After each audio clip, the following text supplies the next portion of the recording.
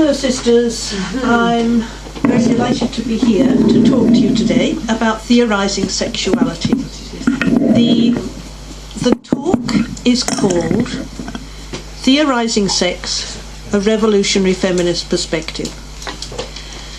And what I'm doing in the talk is talking about explaining the ideas around sexuality that we created, we revolutionary feminists, which is what we called ourselves, back in the 1970s and 80s.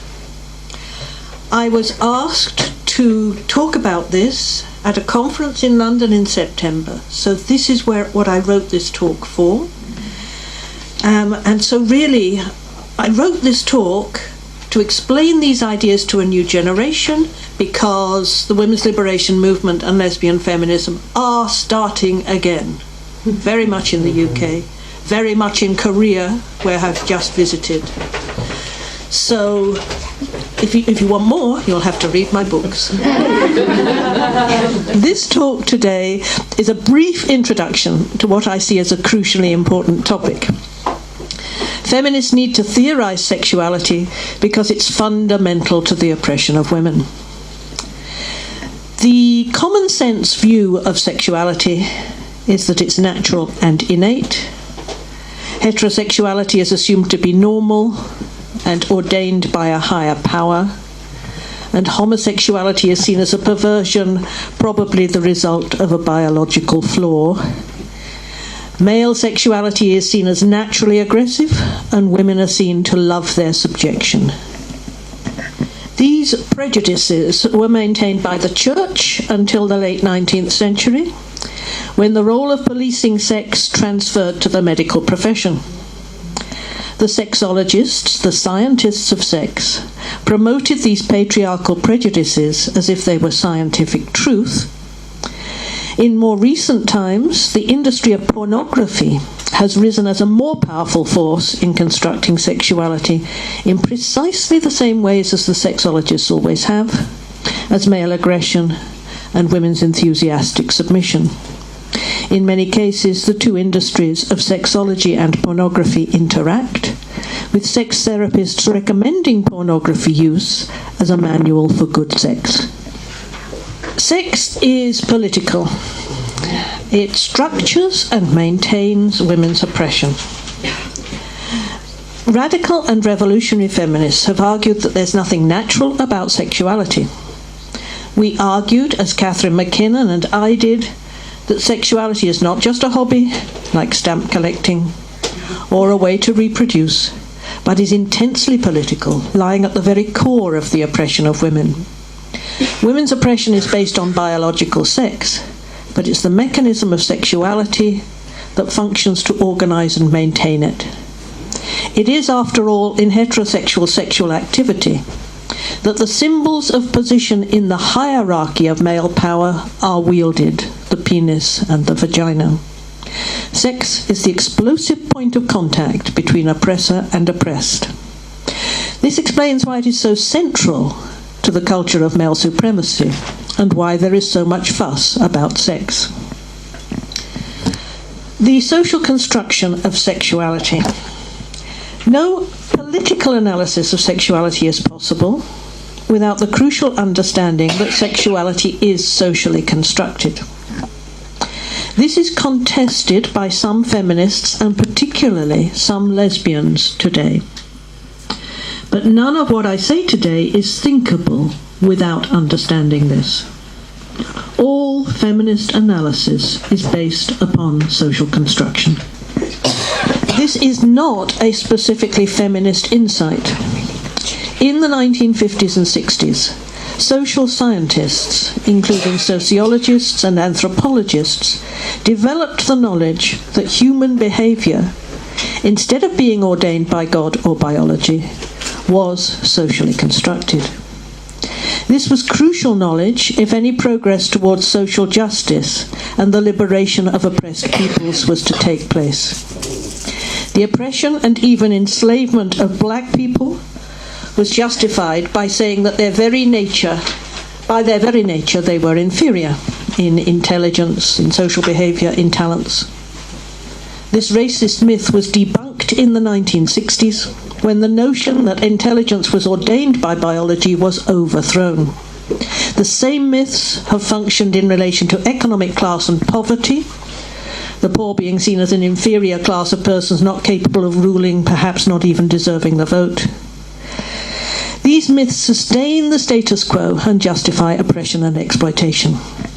In relation to women, the myths have been pernicious too, the main one being that of natural sex roles, what we now call gender, i.e. that women naturally like to be subservient in their behaviour, in their clothing, in their work.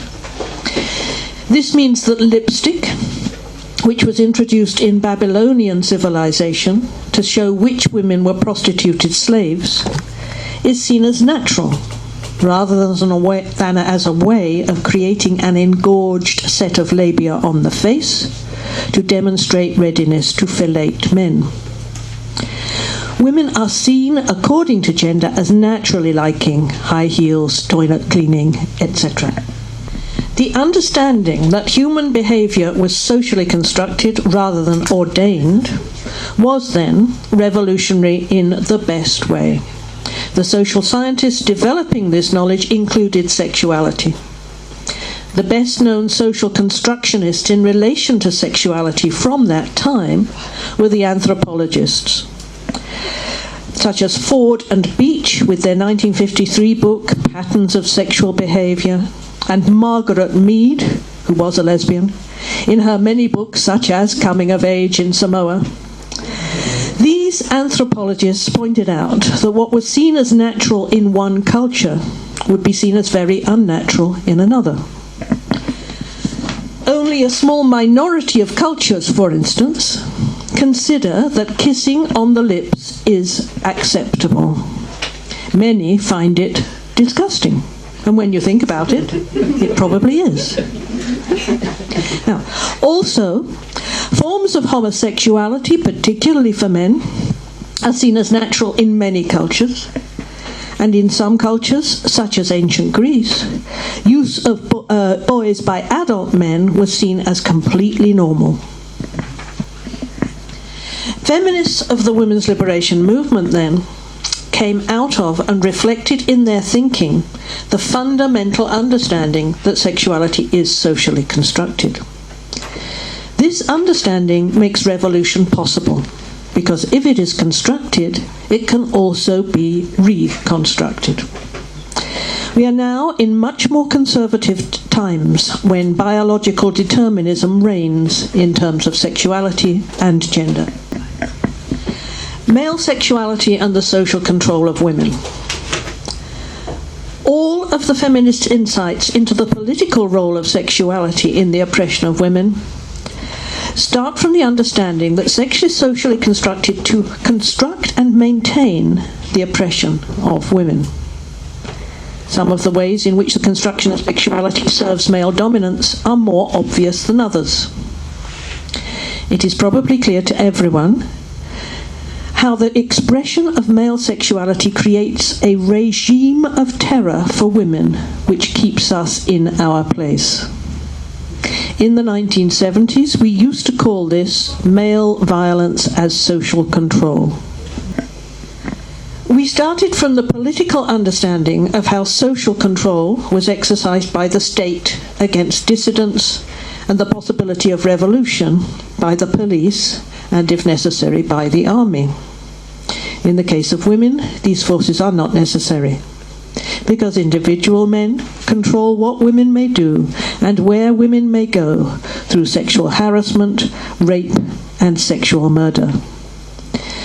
There are certain occupations which women may do only at risk to their safety, and I don't mean prostitution, which is obviously extremely risky.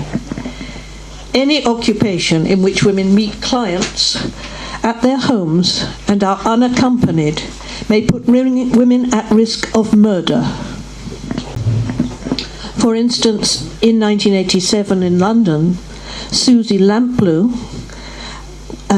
disappeared in the middle of a working day. She was an estate agent while showing a client around a property. Women taxi drivers, social workers, all have to consider their safety. The threat of men's sexual violence controls where and when women may walk. A 22-year-old comedian, Eurydice Dixon, was murdered as she walked through a park in Melbourne on her way home from a gig this year by a man and for sexual purposes. And in fact, another woman has just been very viciously attacked in another park very near where I lived in Melbourne, and they're connecting these incidents, and a woman was killed the previous year in a park. So women may not use public space in the way that other citizens may do. The threat of rape or death are enough to limit women's access to public space, even if they do not experience serious harassment themselves, because they hear about it, they know about it.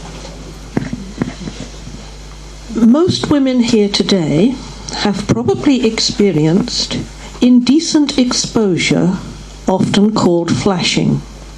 Hands up if you have.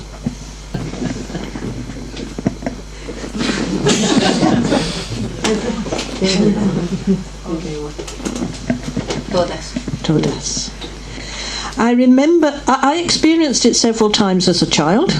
I remember reading in my mother's Woman's Own magazine that children who had several such experiences could be seen as accessing parks and open spaces because they were deliberately seeking it out. The boys and men who do this practice, the waving of the symbol of their domination to frighten girls and women, have the effect of establishing public space as male that the rest of us venture into at our own risk. Women in the women's liberation movement did not have virtual space to worry about. Now, of course, men prowl online space and social media with similar tactics to exert their authority and control over space. The dick pic is the more modern form of flashing, but the traditional variety still takes place. I don't have time to talk about virtual space here, but of course there is a great deal to say.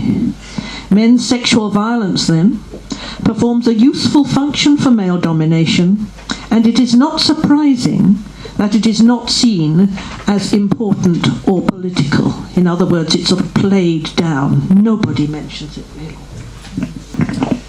Eroticizing women's subordination. Another less obvious way in which the construction of sexuality keeps women down is what I call the eroticizing of women's subordination. Women's sexuality is constructed from a position of powerlessness and consists of eroticizing their own subordination. Women do not have power to eroticize, and they do not have equality to eroticize.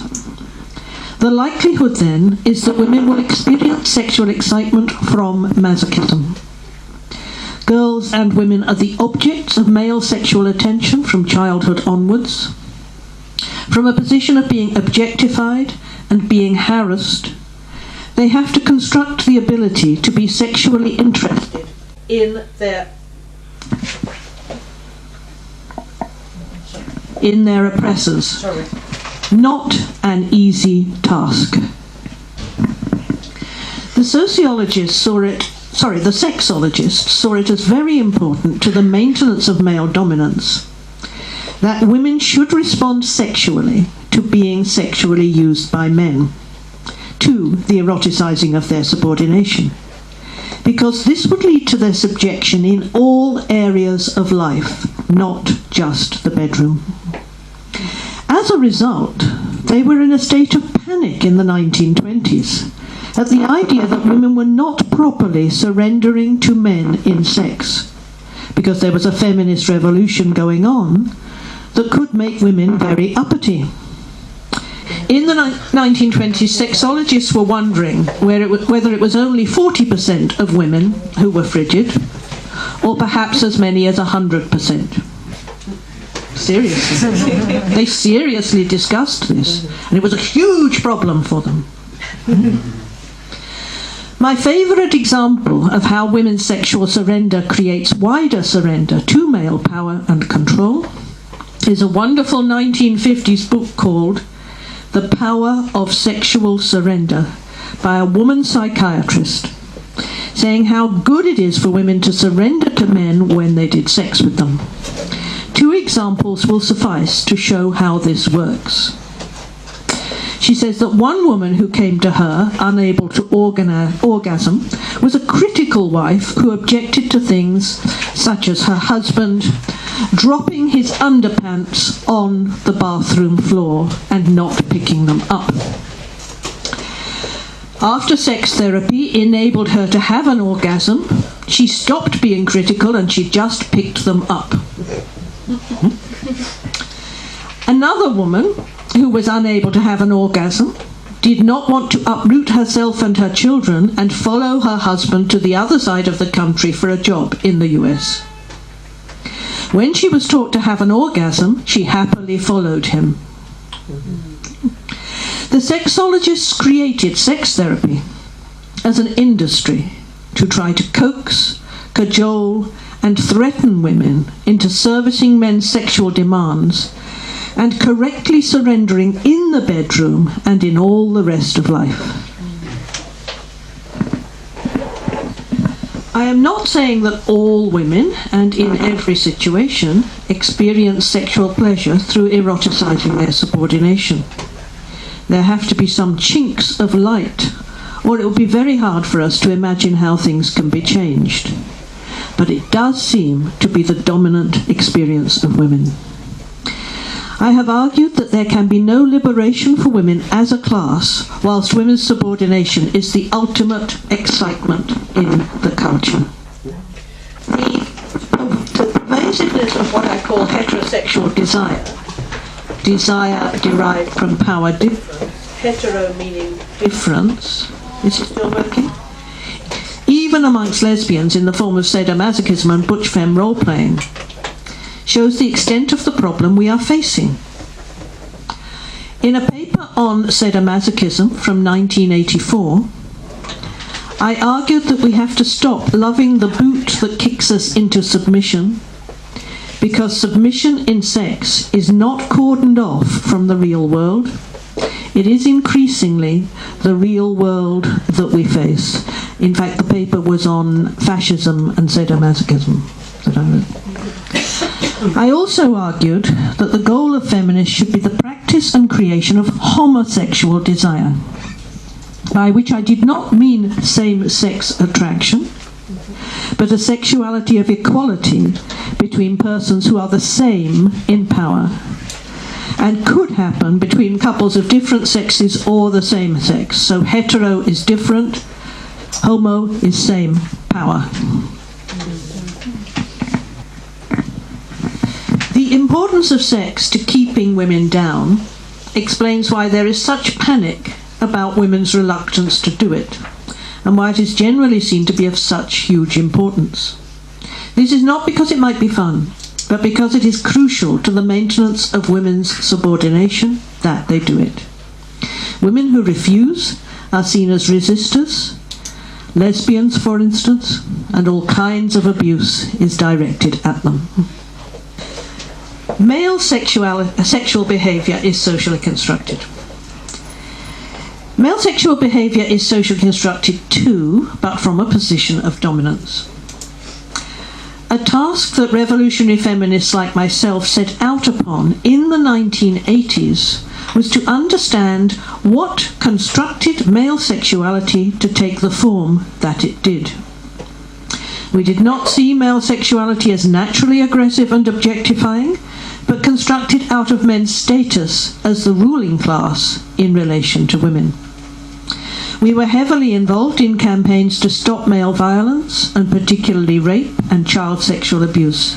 So we needed to know what caused men to behave in these ways so that we could change their behaviour. We thought that men's everyday sexual behaviour was easy to explain.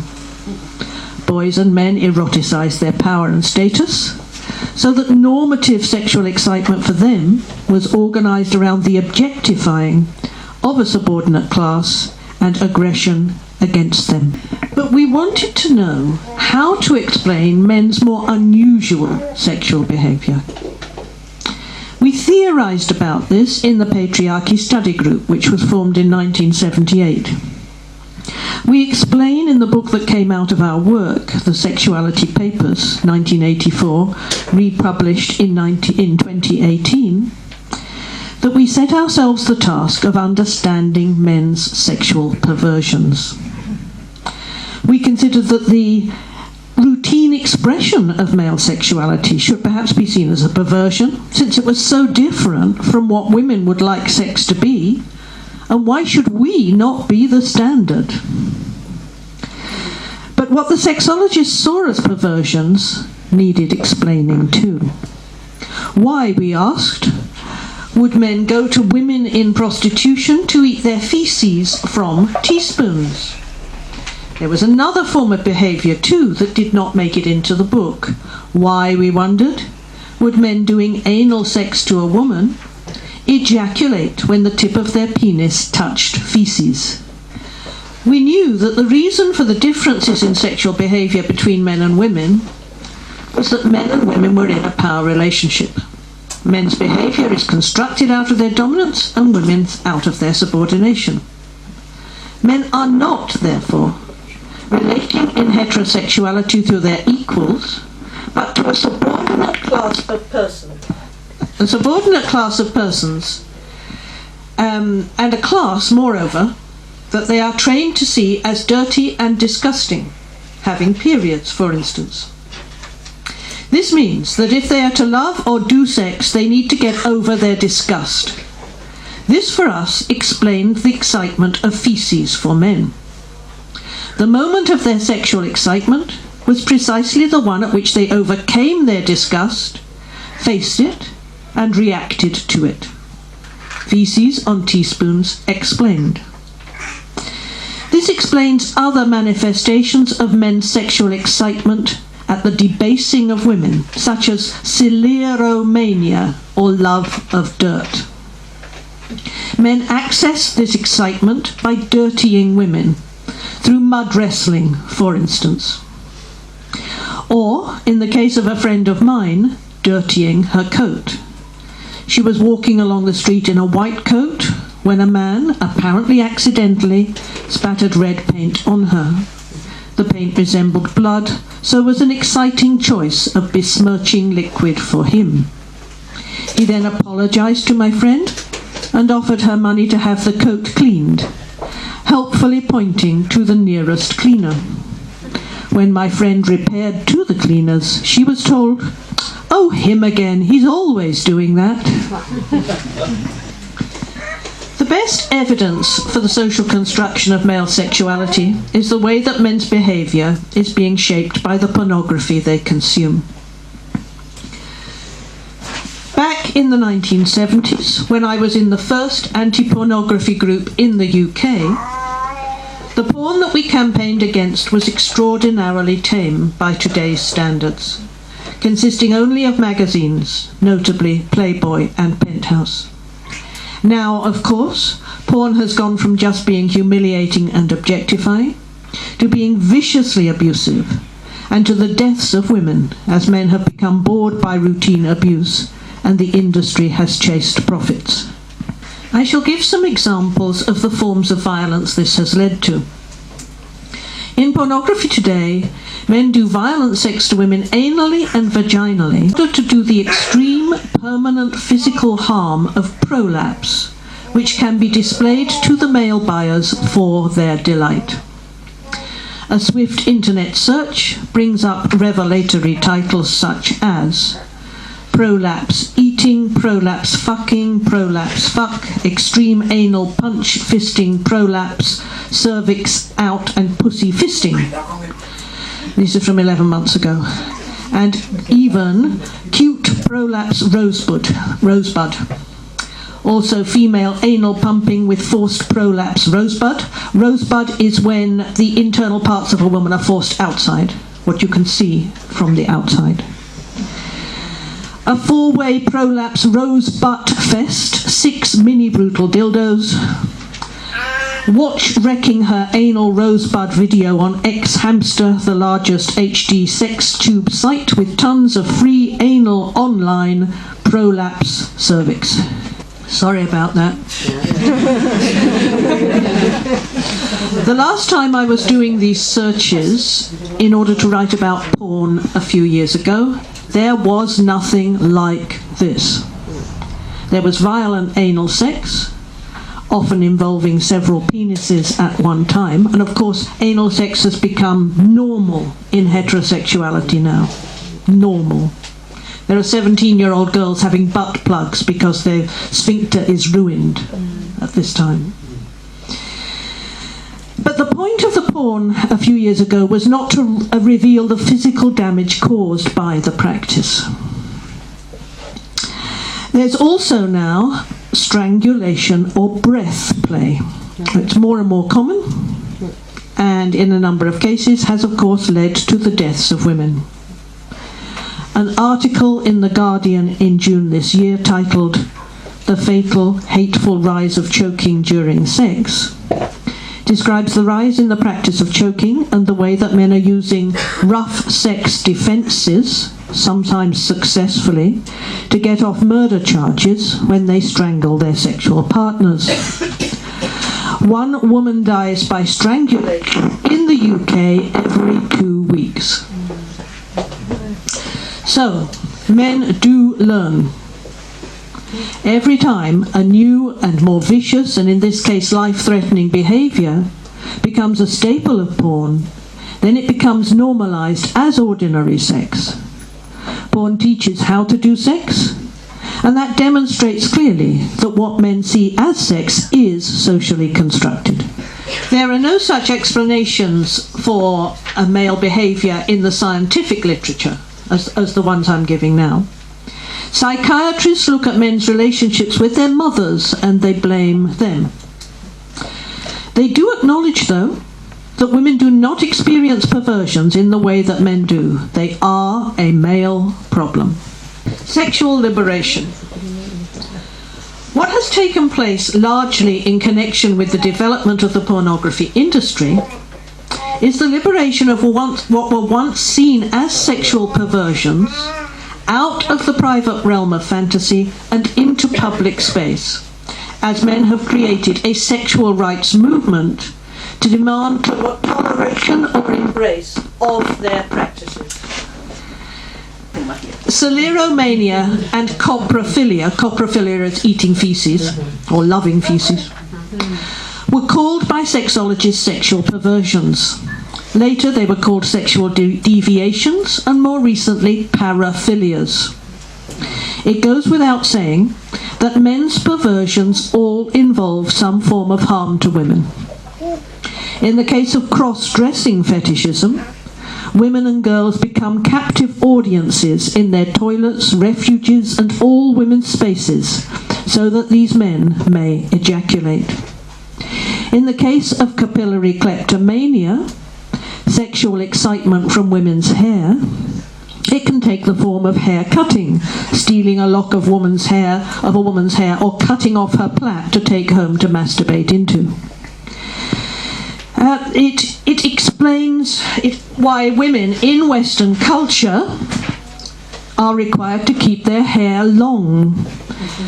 These days, I would look out over lecture theatres in which almost every woman had long hair. It's completely compulsory for young women in this culture. It's a cultural requirement that has been particularly clear recently. It presently takes the form of elite women extending their long hair in elaborate waves enhanced by the stolen hair of women from poor countries. Does that happen here? No? Yes? Yes. Okay.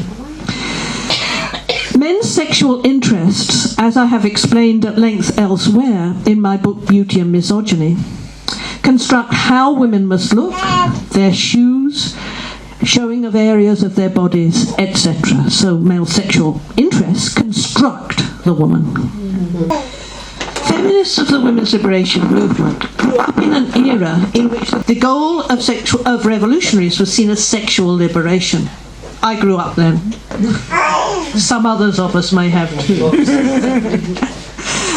According to the ideology of sexual liberation, the problem with sex is that it is repressed, when instead there should be total freedom for all forms of sexual pleasure. If all restrictions on sexual freedom are removed, then all will gain an explosion of sexual delight. Unfortunately, desafortunadamente, the sex, it's my favourite Spanish word in the world, the sex that the sexual revolutionaries aimed to release was the unalleviated sex of male supremacy. Sexual liberation turned out to be about men and male sexual pleasure. And for women, it frequently took the form of accommodating men's desires while pretending that they were their own. I have argued in my two first books, The Spinster and Her Enemies and Anticlimax, that the two so-called sexual revolutions of the 20th century, in the 20s and the 1960s, 70s, were not, as they were portrayed by historians, about women's liberation, but about liberating male sexuality from any restrictions upon its dominion. Men's sexual liberation continues. One aspect is men's right to pornography and other forms of prostitution. This is protected by states globalized and industrialized, as I argue in my book in 2008, The Industrial Vagina. Another aspect is the liberation of the perversions, which is a hallmark of the 21st century, all constructed from the oppression of women. Many perversions that practitioners were once ashamed of and engaged in privately have come out into the public world and are forming the basis of rights movements. This is clear in the transgender rights movement of male sexual fetishists who get masochistic sexual thrills from imitating what they consider to be women's appearance and behaviour. It has now extended to the liberation of all of what is now called kink, from sadomasochism to nappy fetishism. Paedophilia, men's demand to be able to sexually use children, was knocked back as a result of feminist struggle in the 1970s and 80s. But it is back in a newly invigorated version. Paedophiles are reinventing themselves as minority-attracted persons, but include all the old gay men who were involved 40 years ago. The perversions are publicly promoted on gay pride marches. This is in the UK. I don't know if it happens here. Where gay pride marches were once, many decades ago, about lesbian and mostly gay men's rights. Now, they regularly feature kink in the form of cross-dressing, but also puppies, men in black rubber suits with face masks and ears being led on leads by their owners. And I feel exactly that way about it. In Brighton, where I live, this year, Trans Pride and Kink Pride marched and rallied together. So they're all united now, the kink and the gay. What has happened is that men's perversions have become mainstream. As each one gets the imprimatur of the state, as cross-dressing has today, a more extreme demand is being incubated and about to become a rights movement. Men's desires to use and abuse women and children in various ways are called sexual rights and are protected by the male state in the form of legalizing or decriminalizing pornography and prostitution, and legislating rights for male cross-dressing activists to pretend to be women for their kicks. Men's reproductive rights to impregnate women, prevent abortion, control children, or buy babies from women in reproductive slavery are also protected and enabled by the male state. They are, of course, fundamentally connected with men's sexual rights, but it is the latter that I will concentrate on today. Social construction of heterosexuality and lesbianism. Following their understanding that sexuality is socially constructed, lesbian feminists in the women's liberation movement argued that heterosexuality was not just an innate sexual orientation with no political significance. Theorists such as Adrienne Rich and the Leeds revolutionary feminist group in 1979 that I was in said that heterosexuality was an institution, meaning that it was constructed and maintained by patriarchy by a series of means, including the law, social policy, the medical profession, therapy and psychiatry, the education system, as well as aspects of culture, art and literature, the media, because it is the foundation of male power. Heterosexuality is much more than who you fancy. The heterosexual couple and family enable the control of women and the exploitation of women's labour, all under the guise of voluntariness and love. Women's labour consists of 5 forms: housework, reproductive labour and childcare, emotional labour, sexual labour, and directly economic labour, which covers everything from the pimping of women and children to the labour women put into men's businesses, such as hosting dinner parties and womaning the front desk to editing a thesis. And sexual labour, all that women do sexually to service men when it is not exactly what they want to do at that time or in that way. All of this unpaid labour is extracted via heterosexual relationships, and I should actually add here, and is the very basis and foundation of capitalism all over the world. I'll just throw that in. Women do not experience themselves as choosing heterosexuality because no choice is offered. They do not, against all the odds, have to have difficult conversations with their parents in which they say they have something to tell them, which is that they are lesbians, only to be met with weeping and wailing and gnashing of teeth, as I was, and many here probably were too.